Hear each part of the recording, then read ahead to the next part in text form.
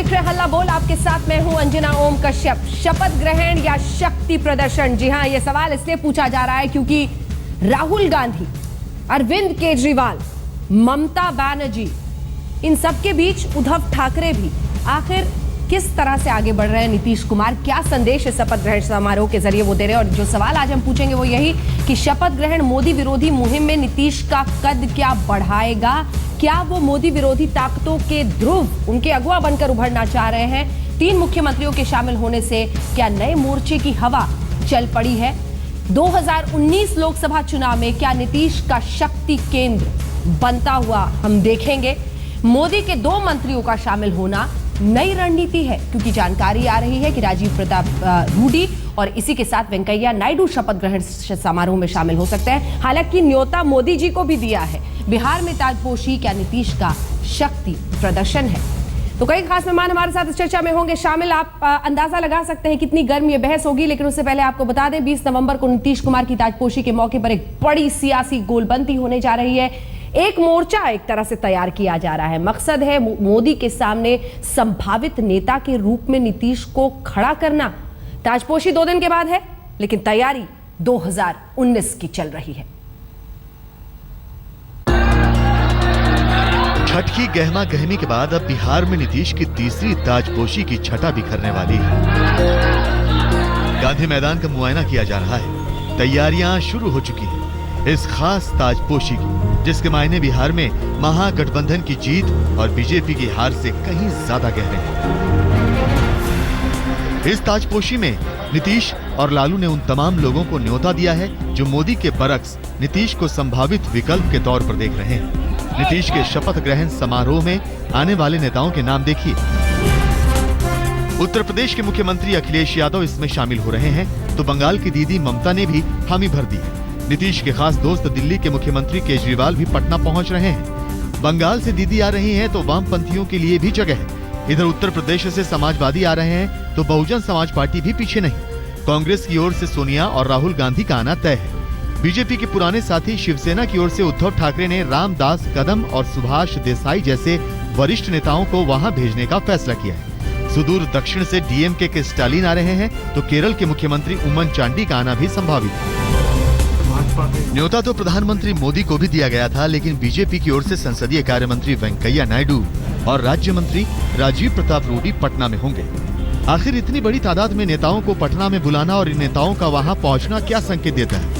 क्या बिहार चुनाव के परिणाम से इन क्षत्रपों में नीतीश में एक बड़ी संभावना दिख रही है, जिसे 2019 के लोकसभा चुनाव के लिए अभी से मुमकिन करने की कोशिशें शुरू हो चुकी हैं? पटना से कुमार अभिषेक के साथ आज तक ब्यूरो।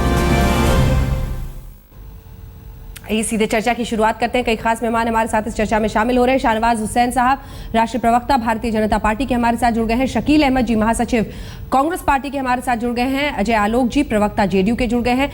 अतुल कुमार अंजान साहब हमारे साथ नेशनल सेक्रेटरी सीपीआई के जुड़ गए हैं। खास मेहमान उर्मिलेश जी, जो कि बिहार के चुनाव पर बहुत करीब से नजर बनाए हुए थे, वो हमारे साथ इस वक्त स्टूडियो में मौजूद है। सबसे पहले शाहनवाज जी, मैं आपके पास आना चाहती हूँ। उद्धव ठाकरे को भी बुलाया और अपने 2 प्रतिनिधि वो भेज रहे हैं। क्या संकेत मिल रहा है? क्या कहना चाह रहे हैं नीतीश कुमार इस सब के जरिए? देखिए, अभी उनकी ताजपोशी है। किसी के ताजपोशी के वक्त में मैं कोई कटु शब्द नहीं कहना चाहता, मैं उनको मुबारकबाद देना चाहता हूं। उनको अगर शिवसैनिक भी शपथ ग्रहण में चाहिए तो उनको मुबारक हो। वो उन्होंने बुलाए, उनका अधिकार है। और बिहार में शिवसेना के प्रतिनिधि आ रहे हैं, इससे अच्छी क्या बात होगी? नीतीश बाबू ने उनको भी बुलाया, हम सबको भी बुलाया है। जो हमारे मंत्री हैं, जो हमारे वहाँ पार्टी के नेता हैं, वो भी जाएंगे और उनको जनता ने मौका दिया है। आपका शिवसैनिक बोलने का अंदाज बड़ा दिलचस्प था शाहनवाज जी, आपका शिवसैनिक बोलने का अंदाज बड़ा दिलचस्प था। शकील जी भी मुस्कुरा रहे हैं। नहीं, मैंने अंदाज पे न जाए, मैंने बड़ी सादगी से, शालीनता से बोला है। और बिहार की सरजमी पर नीतीश जी मुख्यमंत्री के तौर पर शपथ ले रहे हैं, तो मैं इसमें कोई अंदाज कैसे खराब कर सकता हूँ। ठीक है, अजय आलोक जी कहा कि हाँ, जी अच्छी बात है, और जो वो बुलाएं सबको अच्छे शपथ। अभी तो उनका शपथ ग्रहण समारोह हम लोगों ने चुनाव के वक्त में जितनी बातें होती है वो हो गई, लेकिन अब जनता ने उनको जब मुख्यमंत्री का पद दिया है और जनता का जो हुक्म होता है वो सर माथे पर। प्रधानमंत्री को भी बुलाया, प्रधानमंत्री जाएंगे नहीं जाएंगे? सबको बुलाने के लिए प्रधानमंत्री जी को भी बुलाया है, जाएंगे नहीं जाएंगे? सब खबर तो आपने ही दे दी अंजना जी। अब मेरे से आप सवाल पूछ रही हैं। आपकी मैं स्टोरी सुन रहा था, आपने बताया कौन कौन मंत्री जाने वाले हैं। हाँ। आपने वेंकैया जी और रूडी जी का भी नाम लिया। हाँ। कि वो प्रतिनिधि के तौर पे जाने वाले हैं, तो उनको शपथ ग्रहण है। मैं आपके चैनल के जरिए ऐसे मैंने फोन करके उनको मुबारकबाद दिया था नीतीश जी को, लेकिन आपके चैनल के जरिए भी उनको बहुत मुबारकबाद देता हूं और उम्मीद करता हूं कि वो बिहार के लोगों को तरक्की दिलाएंगे। बिहार के लोगों को बिहार छोड़कर बाहर नहीं जाना पड़ेगा और वहीं पर उद्योग होगा, वहीं पर पढ़ाई होगी, ठीक है, वहीं पर दवाई मिलेगी। हाँ। ऐसी कामना भी करते हैं। ठीक है, ठीक है। सारे लोग अब हमारे साथ जुड़ चुके हैं। शकील अहमद जी, मैं अजय आलोक जी आपसे लास्ट में प्रतिक्रिया लूंगी। आपकी मुस्कुराहट का सबब बाद में समझेंगे, लेकिन उससे पहले शकील अहमद जी और अतुल अंजान जी के पास चलते हैं। शकील जी, क्या नीतीश कुमार जी की नजर 2019 पर है?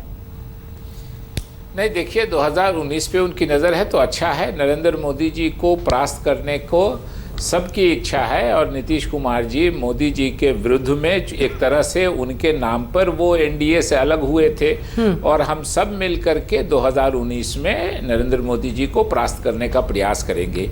देखिए, नीतीश जी ने जो बुलाया है लोगों को, उनका शालीन व्यक्तित्व है और मैं आपको अपनी व्यक्तिगत बात कहता हूँ, 2 साल से हम लोग नीतीश जी की सरकार को समर्थन दे रहे थे। ये नई सरकार अभी नहीं बनी है, लेकिन उसके पहले भी आप जानती हैं वो एनडीए में थे और उनके साथ, लेकिन एक बार नहीं है अंजना जी इस 8 वर्षों में जब पूरा विरोधी होते हुए उनके खिलाफ खुद बोलते हुए डिबेट में मैं एक तरफ से दिल्ली से मैं उनकी सरकार के खिलाफ और 2 बार मेरे डिबेट में वो अपने निवास से मुख्यमंत्री की हैसियत से और हम एक दूसरे के खिलाफ पॉइंट कह रहे थे, मगर नीतीश जी ने एक बार इस 8 साल में वक्त नहीं आया कि जब मैंने उनको फ़ोन किया तो 2 घंटे से 8 घंटे के अंदर उन्होंने रिप्लाई किया, ये पूछा कि शकील साहब क्यों फ़ोन किया था, क्या बात है। ये शालीनता नीतीश कुमार जी की है, इसलिए जिनसे उनके संबंध रहे हैं काम करते के समय में उनको उन्होंने बुलाया है और अपने शपथ ग्रहण के समय में जो विपक्ष के लोग होते हैं उनको भी बुलाने की परंपरा है। जो हमारे मित्र होते हैं जिनसे हमारा व्यक्तिगत अच्छा संबंध है, उनको भी बुलाने की परंपरा है। इसको बुलाया होगा, इसमें बहुत बिटवीन द लाइंस बहुत नहीं पढ़ने की जरूरत है। चलिए ठीक है। अतुल अंजान जी, सीताराम येचुरी जी ने भी हाँ कर दिया है और ममता बनर्जी भी पहुंच रही हैं। जो धुर विरोधी है राजनीति में, वो सब भी एक साथ हो रहे हैं नीतीश कुमार जी के शपथ ग्रहण में। क्या अर्थ समझे? बात ठीक है, सब लोग पहुंच, एक चुनाव में उनकी विजय हुई है, शानदार विजय हुई है। मैं अंजना जी आपसे कहूं कि ये परंपरा सबसे पहले आंध्र प्रदेश के चंद्रबाबू नायडू ने डाली थी। जब वो मुख्यमंत्री बने थे तो तमाम राज्यों के और तमाम दूसरी पार्टियों के लोगों को भी उन्होंने आमंत्रित किया था। उसके बाद से कुछ ये परंपरा बन गई है, लेकिन इसका कोई बहुत राजनीतिक महत्व की जरूरत नहीं है। ये एक मेगा शो का हिस्सा है। मैं नहीं जानता कौन क्या कह रहा है कि कितने शालीन है और कौन कितना अहंकार है। मुझे नहीं समझ में आ रहा है कि नरेंद्र मोदी का अहंकार बड़ा है या नीतीश कुमार का अहंकार बड़ा होगा, मैं नहीं जानता। अच्छी बात है, बुलाया गया है। मुझे रामचरितमानस की एक चौपाई याद आ रही है, वो कह दूं, उसी से बात सब समझ में आ जाएगी। चित्रकूट के घाट पर भई संतन की भीड़ और तुलसीदास चंदन घिसे तिलक देत रघुवीर। क्या बात है। अजय आलोक जी, अब आपकी बारी है, जिसके बाद उर्मिलेश जी बोलेंगे। अजय आलोक जी, शिव सैनिकों को भी बुलाया आपने, आप बुला रहे हैं सबको, क्या संदेश देने की कोशिश है इसके जरिए? नहीं, तो सबसे पहले तो ये बोलना चाहिए कि भाजपाइयों को ही बुलाया, उसके बाद बोलते शिव सैनिकों को ही बुलाया। हम तो सबको बुला रहे हैं और भाजपा भी हमारी सहयोगी रह चुकी है, शिवसेना भी सहयोगी रह चुकी है, अकाली दल भी सहयोगी रह चुके हैं। जो सहयोगी नहीं भी थे उनको ही बुलाया है, जो सहयोगी हैं वो भी आएंगे। सबसे बड़ी बात है कि इस चुनाव की जीत के बाद भी अगर आज शहनवाज जी कह रहे हैं कि उम्मीद करते हैं कि लोग बाहर नहीं जाएंगे, उद्योग लगेंगे, तो अभी ये सब बातें पुरानी हो गई, छोड़ दिया जाए इन बातों पर जिक्र करने की अब जरूरत है। हमें सच्चाई तो पता है, नीतीश जी को पता है, सबसे बड़ी बात है कि चुनाव जीतने के बाद पहला रिएक्शन नीतीश जी ने दिया था कि देश में विपक्ष मजबूत हुआ है। ये सबसे बड़ी बात है और ये लोकतंत्र के लिए अच्छी बात है कि पहली बार विपक्ष मजबूत हुआ है। पहली बार हुक्मरानों को दिल्ली में एक बैठे सेकंड हुए सर, एहसास एक काउंटर हुआ है क्वेश्चन है कि वो हार सकते हैं। एक काउंटर क्वेश्चन है, उस विपक्ष के नेतृत्व को संभालते हुए वो देख रहे हैं खुद को? ऐसा है कि विपक्ष के नेतृत्व को संभालने की जिम्मेदारी अभी कुछ नहीं मिली है। अभी एक विपक्ष को एकजुट करना एक चुनौती थी। ये प्रयास हमने चुनाव के पहले भी शुरू किए थे, झटके लगे हैं, लेकिन ये प्रयास कहीं ना कहीं कारगर सिद्ध होते हुए दिख रहा है। तो हमारी तो यही प्रयास है ना कि विपक्ष एकजुट रहे, और विपक्ष एकजुट रहेगा तो लोकतंत्र में मजबूती आएगी और एक निरंकुशता खत्म होगी। इस सरकार की जो निरंकुशता है जिसके कारण सभी परेशान हैं, चाहे वो बिहार हो, चाहे यूपी हो, चाहे बंगाल हो, चाहे केरल हो, चाहे पंजाब हो, चाहे महाराष्ट्र ही क्यों ना हो। आपकी बात हमने समझ ली है। इस बीच जो कैमरामैन है उससे जरा वहां कह दीजिए, क्योंकि माइक आपका गिर गया है शायद, इसलिए बहुत आवाज में दिक्कत आ रही है। माइक वो ठीक से लगा दे। इस बीच उर्मिलेश जी, सबसे पहले जब चुनाव के पहले अमित शाह जी से इंटरव्यू हो रही, मैं आ रही हूँ सर, फौरन आ रही हूँ आपके पास, इंटरव्यू में बात हो रही थी तो उन्होंने कहा था कि नीतीश कुमार ने नरेंद्र मोदी का सिर्फ इसलिए विरोध किया था क्योंकि वो खुद प्रधानमंत्री की कुर्सी देख रहे थे उस वक्त। क्या ये महत्वाकांक्षाएं जिंदा दिखती हैं एक बार फिर से, और इस वक्त क्या उबाल पर आती हुई दिख रही हैं क्योंकि जीत हासिल हुई है जबरदस्त? देखिए, अमित शाह जी ने क्यों कहा, कैसे कहा और उसका क्या मतलब है, ये तो वो बता सकेंगे। लेकिन मैं ये समझता हूं कि भारत में कोई भी राजनेता, खासकर जब वो मुख्यमंत्री किसी बिहार जैसे बड़े सूबे का हो या किसी भी सूबे का हो, अगर वह इस कद का है, इतना कद्दावर है और प्रधानमंत्री का सपना देखता है तो मैं इसमें कोई बुराई नहीं मानता। मैं समझता हूं कि एक उप संपादक भी जब अखबार या चैनल में जाता है तो वो संपादक बनने का सपना देखता है। तो सपने देखना बहुत अच्छी बात है, क्योंकि सपने के बगैर हमारी जिंदगी में कोई धड़कन नहीं होती है। तो लेकिन दिक्कत ये है ना सर कि एक का सपना मतलब बाकी का सारों का सपना टूटना नहीं। देखिए, ये कॉम्पिटिटिव वर्ल्ड है और इसमें जो बेहतर करेगा, जो बेहतर परफॉर्म करेगा वो आगे जाएगा। अगर न्यायिक प्रक्रिया ठीक ठाक हो, अगर उस संस्थान में ठीक ठाक मामला हो, मैं समझता हूं कि वो मुद्दा नहीं है। मुद्दा यह है अंजना कि आज की तारीख में बिहार के चुनाव जिस तरह से लड़े गए, ये जो मुद्दे थे उस मुद्दे पर जिस तरह लड़े गए, उसमें नीतीश कुमार और लालू प्रसाद यादव के गठबंधन की जीत एक बड़ी राष्ट्रीय परिघटना है।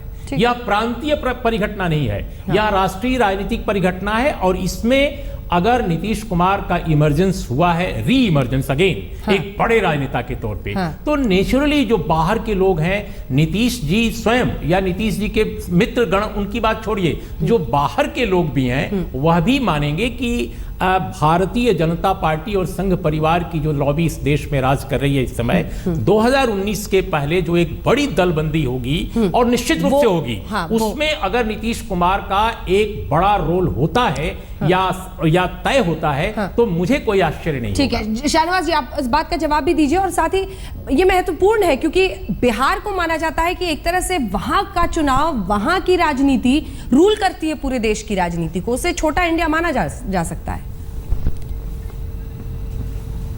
जी, ये बात सही है जो आपने कहा ना कि कहा विपक्ष मजबूत हुआ है। तो बिहार में भी हम लोग विपक्ष में हैं, तो विपक्ष सिर्फ देश में नहीं, बिहार में भी। अरे छोड़िए सर, बिहार में भी कहाँ कुछ रहा, सब सिमट गया। बिहारी होने के नाते शाहनवाज जी, बिहार में तो सब सिमट गया। अब यही तो हम तो चाहते हैं, जो गलतफहमी आपको है वही हमारे सब विरोधियों को हो जाए कि सब कुछ निपट गया, ये खुश होते रहे। बहुत अच्छी बात है ये। लेकिन नीतीश कुमार जी का नीतीश कुमार जी का कद कितना बड़ा? कद नहीं, नीतीश कुमार जी का कद कब छोटा था जो बढ़ गया है? नीतीश कुमार जी तो पहले ही भारत सरकार के कैबिनेट मंत्री, फिर मुख्यमंत्री, और उनको कांग्रेस पहले से समर्थन 2 साल से पहले से दे रही थी। अभी भी कांग्रेस के समर्थन से और लालू जी के समर्थन से वो मुख्यमंत्री बनेंगे। लेकिन ये जरूर है कि उन्होंने चुनाव जीता है, और इसके वजह से आप जो ये सवाल पूछ रही हैं, जो उर्मिलेश जी ने कहा कि गोलबंदी हमारे खिलाफ हो सकती है, तो नरेंद्र मोदी के हसद में, जलन में अगर सब लोग इकट्ठे होकर उनको नेता माने तो और अच्छी बात है। चिंतित होना राहुल गांधी जी को है कि अगर 2019 में वो नरेंद्र मोदी जी से मुकाबला करेंगे या नीतीश कुमार जी को सामने रखकर पीछे खड़े होकर वो नरेंद्र मोदी से मुकाबला उनसे करवाएंगे। इसी सवाल के साथ लौटेंगे। शपथ ग्रहण या शक्ति प्रदर्शन, यही सवाल हम पूछ रहे हैं। सीधे चलते हैं शकील अहमद जी के पास। शकील अहमद जी, 2019 की लड़ाई मोदी बनाम नीतीश कुमार होगी या मोदी बनाम राहुल गांधी? देखिए, शाहनवाज साहब ने जो काम किया है, या आप लोग भी जो डिबेट चला रहे हैं, ये कोई नीतीश कुमार बनाम राहुल गांधी की लड़ाई की बात और इसकी बात नहीं है कि कौन बड़ा कौन छोटा। नीतीश कुमार जी ने न जाने कितनी बार कहा कि हम प्रधानमंत्री के उम्मीदवार नहीं हैं, और राहुल गांधी जी को तो दो बार अवसर मिला प्रधानमंत्री, वो चाहते तो बन सकते थे 2009 में, लेकिन वो प्रधानमंत्री की बात उन्होंने स्वीकार नहीं की। राहुल जी तो हमारी पार्टी का अध्यक्ष पद हम लोग लगातार इतने सालों से कह रहे हैं, वो पार्टी का अध्यक्ष पद स्वीकार नहीं कर रहे हैं। तो ये शाहनवाज साहब एक लड़ाई लगाने वाली बीजेपी पार्टी है, नहीं बस चले तो धर्मों में लड़ावे, जातों में लड़ावे, राजनीतिक दलों को लड़ाने का प्रयास करे। तो जो शाहनवाज साहब कह रहे हैं और जो आपका चैनल एक कहानी बनाने का प्रयास कर रहा है, शाहनवाज साहब को कहीं तो लड़ाई लगाने से बाज आना चाहिए। सर, आजकल मुझे लगता है सवाल पर आप बहुत परेशान हो जाते हैं शकील जी। आपको बिल्कुल परेशान नहीं, बिल्कुल परेशान नहीं हुआ, और आप बोलिएगा तो मैं आपको और ज्यादा कुछ परेशान करूंगा आपकी पुरानी बात याद दिला के। इसलिए जो सच्चाई है, मैंने कहा राहुल गांधी जी ने 2 बार प्रधानमंत्री का पद चाहते तो वो ले सकते थे, लेकिन नहीं लिया। ठीक है, मैं तो अध्यक्ष पद की बात कर रहा हूँ, वो लेने की बात, अध्यक्ष पद की लेने की बात कर रहा हूँ। हम लोग आजकल 5 साल से उनको कह रहे हैं कि अध्यक्ष बन जाइए, वो अध्यक्ष नहीं बन रहे हैं। चलिए, इसलिए आप जब बोल रहे थे शकील जी, तो इस बार शाहनवाज जी मुस्कुरा रहे थे। शाहनवाज जी, आप बताइए जल्दी से। मैं जब बोल रहा हूँ तो बीच में नहीं बोलना चाहिए शाहनवाज साहब। ये तो प्रचार है, जब मैं बोल रहा हूँ तो बीच में नहीं बोलिए ना। शाहनवाज साहब, मुझको पूरा करने दीजिए ना, मुझको पूरा करने दीजिए ना, उसके बाद बोलिएगा। ये गलत तरीका है ना कि आप अपनी बात कह देते हैं, आप अपनी बात कह देते हैं, और जब हम लोग कुछ कहना चाहते हैं तो आप बीच में इंटरप्ट करते हैं। पूरी कर लीजिए शकील जी, पूरी कर लीजिए शकील जी, पूरी कर लीजिए अपनी बात। कहीं ना कहीं मदद कर देती हैं। हम वही कह रहे थे कि कहीं कोई क्लैश की बात हो नहीं रही है। जो लोग प्रयास करते हैं कि इस तरह का कॉन्फ्लिक्ट पैदा हो, अभी तो बेचारे नीतीश जी ने ओथ नहीं लिया है, उनको ओथ लेने दीजिए। अभी उन्होंने अपने पुराने मित्रों को, नए मित्रों को, सबको बुलाया है। अभी तो शपथ ग्रहण भी नहीं हुआ है, और आप लगे तरह तरह की बात करके आपस में लड़ाने की तैयारी। कांग्रेस की तरफ से बहुत स्पष्ट रूप से मैंने कहा, दोनों की बात कहा। नीतीश जी ने बार कहा, और इस चुनाव में भी कहा कि वो प्रधानमंत्री पद के उम्मीदवार नहीं है, और राहुल जी को अवसर था 2009 में प्रधानमंत्री बनने का। राहुल जी को 5 साल से हम लोग कह रहे हैं कि आप पार्टी के अध्यक्ष बन जाओ, देश का नेतृत्व करो, वो अपने कारणों से नहीं हो रहे हैं। तो आप जो 2 आदमी बिल्कुल किसी बात के लिए अभी सहमत नहीं है, तैयार नहीं है उस पद के लिए, अब हो गया, आप जवाब ले लीजिए, नहीं तो बहुत लंबा हो गया। इसलिए फिर आप बीच में टोक रहे हैं, तो आपके बीच में हम बोलने लगेंगे तो नहीं बोल पाइएगा। ब्रेक के बाद शाहनवाज जी, भव्य शपथ ग्रहण समारोह नीतीश कुमार का बिहार के तीसरे बार बन रहे मुख्यमंत्री के रूप में। न्योता तो प्रधानमंत्री नरेंद्र मोदी को भी दिया है, लेकिन मोदी जी ने शुभकामनाएं फिलहाल भेज दी है। लेकिन ममता बनर्जी भी आ रही हैं, खबर है कि अखिलेश यादव भी पहुंच रहे हैं, खबर यह भी है कि अरविंद केजरीवाल पहुंच रहे हैं। तो क्या एक बड़े शक्ति प्रदर्शन के रूप में इस शपथ ग्रहण समारोह को वो कर रहे हैं? सभी खास मेहमान हमारे साथ बने हुए हैं, और शाहनवाज हुसैन साहब, शकील अहमद जी ने सीधा आरोप लगा दिया है कि आप शपथ ग्रहण के पहले लड़ाई कराना चाहते हैं। ये मोदी वर्सेस राहुल गांधी ही होगा, क्योंकि नीतीश कुमार तो प्रधानमंत्री बनना ही नहीं चाहते। देखिए, मैं कोई लड़ाई कराने के लिए नहीं बैठा हूं। मैंने पहले शब्द में शुभकामना दिया, और आप जानते हैं कि एनडीए की तरफ से मैं यहां पर उनको शुभकामना देने ही आया। दूसरी बात है कि शकील भाई ने एक बात कही कि राहुल गांधी 5 साल से अध्यक्ष ही नहीं बन रहे हैं, यानी सोनिया गांधी को ये 5 साल से हटाना चाहते थे। ये आज तक के लिए ब्रेकिंग न्यूज हो सकती है।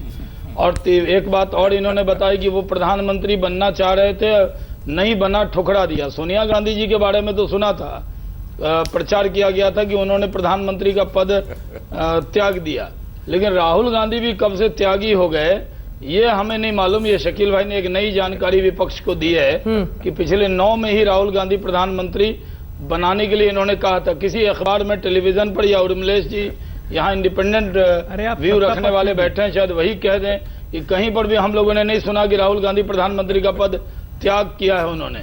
तो आपने सुना था 19 क्या? में इकट्ठे हों, कोई लड़े। नरेंद्र भाई तो हाँ। बता दें ओमलेश जी अगर सुना है तो। मैंने तो नहीं सुना। मुझे बड़ा दुख हो रहा है कि मैंने इतनी बड़ी बात सुनी कैसे नहीं। आपने सुना है क्या अतुल अंजान जी? आई कैसे नहीं? आपने सुना था क्या अतुल अंजान जी? अंजना जी, ये सब बातें जो गॉसिप्स हैं, इनके लिए अब देश में समय नहीं है, अब परफॉर्मेंस का समय है।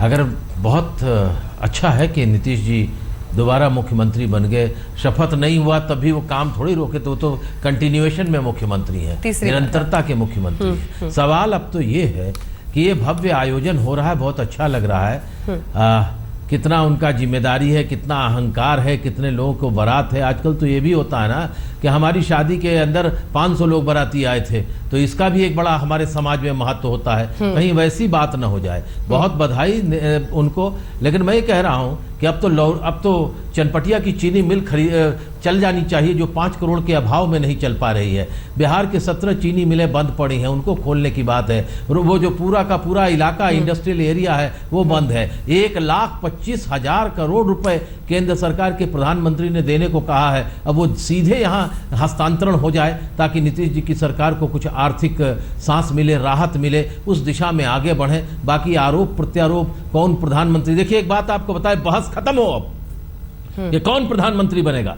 अगले 3.5 साल से ज्यादा इस देश के प्रधानमंत्री नरेंद्र दामोदर दास मोदी हैं। अब उनको काम करें, जो कुछ बाकी है 15-15 लाख रुपए हर घरों के हर परिवार को उनको देना है। उनको 1 करोड़ 2 करोड़ लोगों को हर साल रोजगार देना है, उसकी तरफ ध्यान दें। देश के अंदर विदेशों से पैसा नहीं आ रहा है, इस पर ध्यान दें। 200 रुपए अरहर की दाल बिक रही है 3 महीने से, 110 रुपए 130 रुपए किलो सरसों का तेल मिल रहा है, उस पर कोई कंट्रोल नहीं, इस पर ध्यान दें। अब प्रधानमंत्री कौन बनेगा कौन नहीं बनेगा इसके बारे में क्या है, एक शेर कह के बात अपनी खत्म करूंगा अंजना जी। कि हम ही पर खत्म कर दो अपनी जुल्फों की परेशानी, हमारे बाद ये परेशान जुल्फे कौन देखेगा।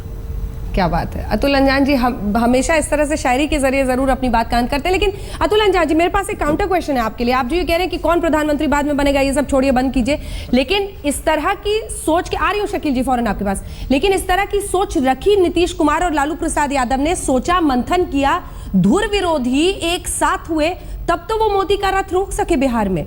तो मोदी विरोधी ताकतों को एकजुट तो होना पड़ेगा अगर आपको 2019 के लिए रणनीति बनानी है, या फिर लेफ्ट ने आगे देखना ही छोड़ दिया है? हम तो देख रहे हैं, इसीलिए मैं आपके शुरुआत में ही अंजना जी कहा था। हाँ। चित्रकूट के घाट पर भई संतन की भीड़। हाँ। पहली लाइन आपने शायद गंभीरता से सुना नहीं। अब कौन हटेगा, मैंने कहा ना, मोदी जी असहिष्णुता और सहिष्णुता, मेरा सिर्फ इतना अनुरोध है। हाँ। कि दिल्ली से बाहर जब विदेशों में जाएं तो उसे अब बिहार की याददाश्त के मुताबिक नुक्कड़ सभा में न तब्दील करें। देश के प्रधानमंत्री की हैसियत से नीति के बारे में बताएं, निर्देश के बारे में बताएं, सरकार की पॉलिसी के बारे में बताएं तो बेहतर होगा। नुक्कड़ सभाओं का दौर अभी फिलहाल बंद है। अगर चाहें तो फिर आ जाएंगे बंगाल के मैदान में, वहां नुक्कड़ सभा होगी, आसाम में होगी, फिर केरला में होगी, और उसके बाद हो सकता है तमिलनाडु में हो। लेकिन अभी तो काम करने का वक्त है। कृपया 200 रुपए किलो से जो अरहर की दाल है उसे नीचे ले आएं, 120 रुपए से सरसों की दाल है, ये दोनों नीतीश जी भी मिलकर करें और मोदी जी भी करें। जरा सा थोड़ा सा तो राहत दें। वो कहते हैं राज्य की जिम्मेदारी है, वो कहते हैं केंद्र की जिम्मेदारी है। राज्य और केंद्र दोनों के पहुंचेंगे गांधी मैदान में जाकर के देखें। उम्मीद है कि गोडसे की चर्चा गांधी के मैदान में नहीं होगी। इस देश के अंदर जो सांप्रदायिकता के खिलाफ देश के अंदर जो माहौल बना है और एक जो जनमत बना है, उसकी बात होगी गांधी की धरती पर। कहीं अब मुझे लगता है कि गांधी के लोग जो गांधी को नहीं मानते हैं, वो गांधी धुन गाने की जरूरत उनकी नहीं है। ठीक है शकील अहमद जी, आप अपनी बात जरूर कह लीजिए, लेकिन जवाब दीजिएगा। शाहनवाज जी कह रहे हैं राहुल गांधी कब त्यागी बन गए, उनको समझ नहीं आया। नहीं, देखिए हम लोग दोबारा जीत के आए थे 2009 में। अगर राहुल जी चाहते, मैंने कहा कि राहुल जी चाहते तो प्रधानमंत्री बन सकते थे। 2009 में हम दोबारा जीत के आए थे। उसके पहले की बात बता रहा हूं मैं कि हम लोग लगातार कुछ दिनों से राहुल जी को अध्यक्ष बनने की बात कह रहे हैं। वो अध्यक्ष पद तो स्वीकार कर नहीं रहे हैं। लेकिन मैं दूसरे संदर्भ में यहाँ आपको ले जाना चाहता हूँ। अभी आप ही ने बताया कि नरेंद्र मोदी जी को भी उन्होंने आमंत्रित किया है। तो क्या नरेंद्र मोदी जी को उन्होंने आमंत्रित किया है एक ऐसा गठबंधन बनाने के लिए जो 2019 में नरेंद्र मोदी जी को हटा देगा? क्या नीतीश कुमार जी ने इसलिए नरेंद्र मोदी जी को आमंत्रित किया है?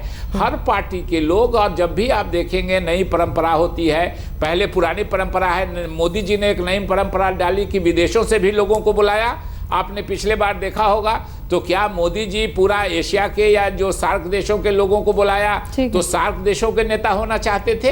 एक परंपरा होती है कि जो हमारे साथ काम किए हुए हैं, जिनसे हमारा संबंध है, जिनसे हमारा संबंध रहा है, उनको बुलावे।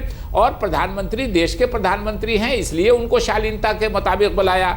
क्या प्रधानमंत्री को मैं फिर क्वेश्चन दोहराऊंगा कि क्या आपके अनुसार जो डिबेट आपका चैनल चला रहा है, क्या यही है कि मोदी जी को उन्होंने बुलाया है कि 2019 में मोदी जी को कैसे हराया जाए उस गठबंधन में शामिल करने के लिए? तो इस तरह की बातें थोड़ा हास्यास्पद हो जाती हैं। ठीक है, मैं अजय आलोक जी आपसे अब सीधा सवाल करना चाहती हूं कि ये शपथ ग्रहण है या वाकई शक्ति प्रदर्शन है? अंजना जी, ये है तो शपथ ग्रहण ही, लेकिन अब आप ये देखिए, हास्यास्पद बात 2-3 चीजें हैं। लोग नीतीश कुमार के कहे को भी भूल जाते हैं। नीतीश कुमार ने 2013 में इकोनॉमिक्स में जब पहली बार कॉलम लिखा था इकोनॉमिक टाइम्स में कि बड़ी पार्टी बड़े दल का ही प्रधानमंत्री होना चाहिए, लेकिन नेतृत्व ऐसे हाथ में होना चाहिए जो इंक्लूसिव हो, सबको साथ लेके चलने की जिसमें क्षमता हो।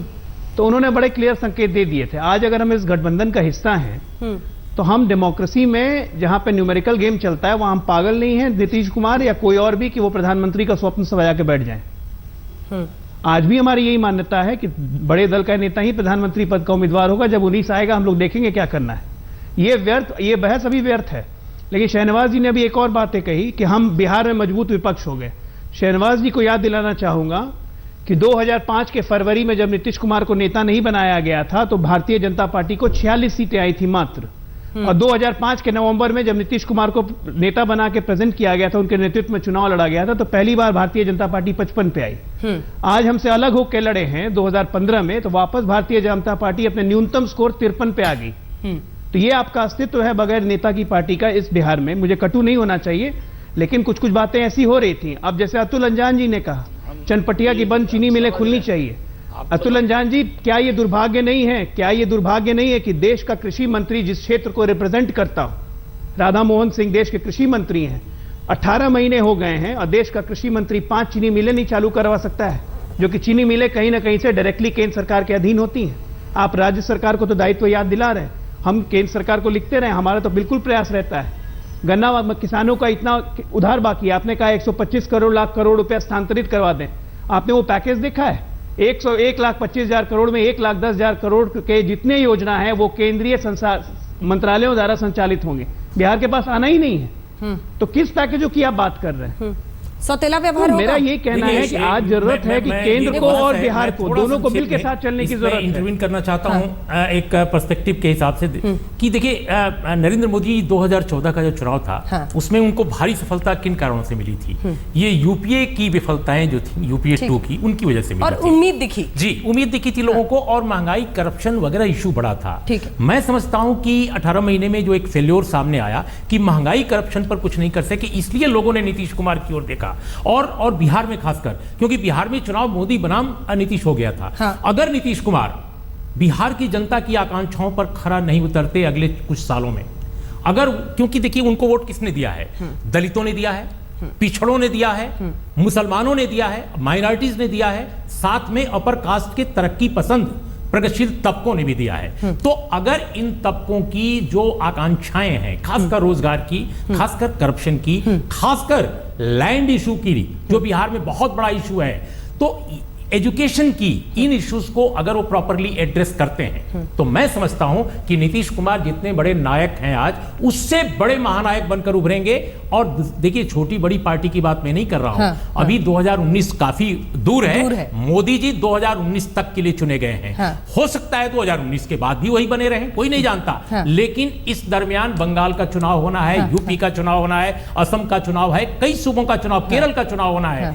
इस बीच में कांग्रेस पार्टी कहां अपने को पेश करेगी, कहां प्लेस करेगी? मैं मानता हूं, शकील साहब की बात से बिल्कुल सहमत हूं कि राहुल गांधी भी बहुत तेजी से अपने को एक नए और समझदार नेतृत्व में अपने को विकसित कर रहे हैं। उनके अंदर भी दलितों, पिछड़ों और माइनॉरिटी से एक इंटीग्रेट करने की। शाहनवाज जी आपकी बात पर कुछ कह रहे हैं। शाहनवाज जी कंक्लूडिंग लाइन, बस 2 लाइनें, क्योंकि वक्त की बहुत कमी है, 2 लाइन में खत्म करना होगा। नहीं, उर्मिलेश जी तो जेडीयू के प्रवक्ता से भी आगे जाके कह रहे हैं, जो जेडीयू के प्रवक्ता जिस बात को खारिज कर रहे हैं उसकी संभावना बता रहे हैं। नहीं, शकील भाई से सहमत हो रहे हैं। जब जेडीयू के प्रवक्ता कह रहे हैं कि वो कोई पागल ही होगा जो सोचेगा ये कहा जाए आलोक जी। नहीं, देखिए वकालत कर रहे हैं अलग से। देखिए, भाजपा के मित्र नेताओं, भाजपा के नेताओं की सबसे बड़ी समस्या है कि जब उनको कोई बात अच्छी नहीं लगती तो किसी पत्रकार को कांग्रेस का प्रवक्ता कह देते हैं या जेडीयू का प्रवक्ता कह देते हैं। वो ये नहीं समझते कि आपकी पसंद की ही बात हमेशा नहीं की जा सकती। आप ही के पसंद की बात को पत्रकार नहीं पेश करता, वो ऑब्जेक्टिवली जो देखता है हमें उसे यहीं करता पे है। वक्त की बहुत कमी है, यहीं पर हमें इस बहस का अंत करना होगा। वक्त उस सवाल का है जो हमने आपसे पूछा था। हमने आपसे जो सवाल पूछा था कि क्या मोदी विरोधी जो ताकत है उनका नेतृत्व इस तरह से करके शपथ ग्रहण में सबको बुलाकर क्या नीतीश कुमार का कद बढ़ेगा? शपथ के बहाने मोदी विरोधी मोर्चे का केंद्र बनना चाहते हैं क्या नीतीश कुमार? 86% लोग कहते हैं हाँ, 14 कहते हैं नहीं। आप देखते रहिए आज तक।